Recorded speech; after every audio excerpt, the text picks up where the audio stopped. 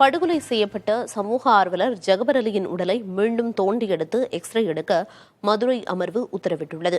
உடல் எக்ஸ்ரே செய்யப்படுவது தொடர்பான எந்த புகைப்படமும் விசாரணைக்காக அன்றி வேறு இடங்களில் பகிரப்படக்கூடாது என்றும் நீதிமன்றம் ஆணையிட்டுள்ளது.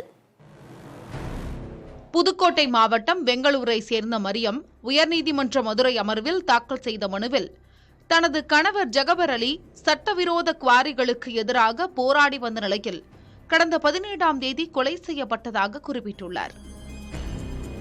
திருமயம் அரசு மருத்துவமனையில் போதிய தடய அறிவியல் நிபுணர்களும் உடலை பாதுகாக்கும் வகையிலான குளிர்பதன சவக்கிடங்கும் இல்லை, தடய அறிவியல் விதிகளை பின்பற்றி உடற்கூராய்வு செய்யப்படவில்லை, எலும்பு முறிவுகள் தொடர்பாக எக்ஸ்ரே எதுவும் எடுக்கப்படவில்லை என்று மனுதாரர் தரப்பில் தெரிவிக்கப்பட்டுள்ளது.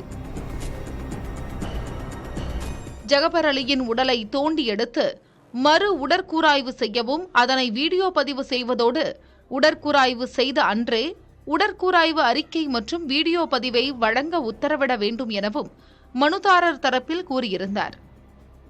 வழக்கு உயர்நீதிமன்ற நீதிபதி நிர்மல்குமார் முன்பாக விசாரணைக்கு வந்தபோது அரசு தரப்பில் உடற்கூராய்வு அறிக்கை சமர்ப்பிக்கப்பட்டது.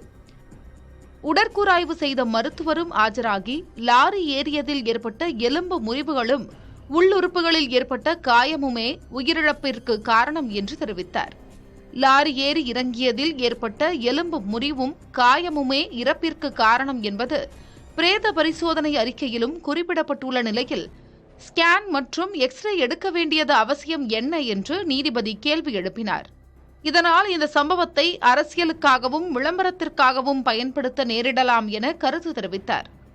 இறந்தவரின் உடலை முறையான குளிர்பதன வசதி கூட இல்லாத மருத்துவமனையில் வைத்திருந்துள்ளனர். ஆகவே ஸ்கேன் மற்றும் எக்ஸ்ரே எடுப்பது கூடுதல் ஆவணமாக அமையும் என மனுதாரர் தரப்பில் தெரிவிக்கப்பட்டுள்ளது. வழக்கு பதிவு செய்ய காலதாமதம் செய்த காவல் ஆய்வாளர் பணியிடை நீக்கம் செய்யப்பட்டுள்ளதாக அரசு தரப்பில் விளக்கம் அளிக்கப்பட்டது. குடும்ப நபர்களிடம் கையொப்பம் பெற்றுக்கொண்டே உடற்கூராய்வு செய்யப்பட்டது என்றும் ஜகபர் அலியின் உடலை அடக்கம் செய்யப்பட்ட இடத்திலேயே எக்ஸ்ரே செய்து கொள்ளலாம் எனவும் அரசு தரப்பில் தெரிவிக்கப்பட்டது. இதையடுத்து திருமயம் தாசில்தார் முன்னிலையில் போதிய காவல்துறை பாதுகாப்புடன் ஜகபர் அலியின் உடல் புதைக்கப்பட்ட இடம் முழுவதுமாக மறைக்கப்பட்டு எக்ஸ்ரே எடுக்கப்பட வேண்டும். ஊடகங்களோ வேறு யாருமே அனுமதிக்கப்படக்கூடாது. செல்போனில் புகைப்படங்களை எடுக்கவும் அனுமதிக்கக்கூடாது. உடல் ஸ்கேன் மற்றும் எக்ஸ்ரே செய்யப்படுவது தொடர்பான எந்த புகைப்படமும் விசாரணைக்காக அன்றி வேறு இடங்களில் பகிரப்படக்கூடாது.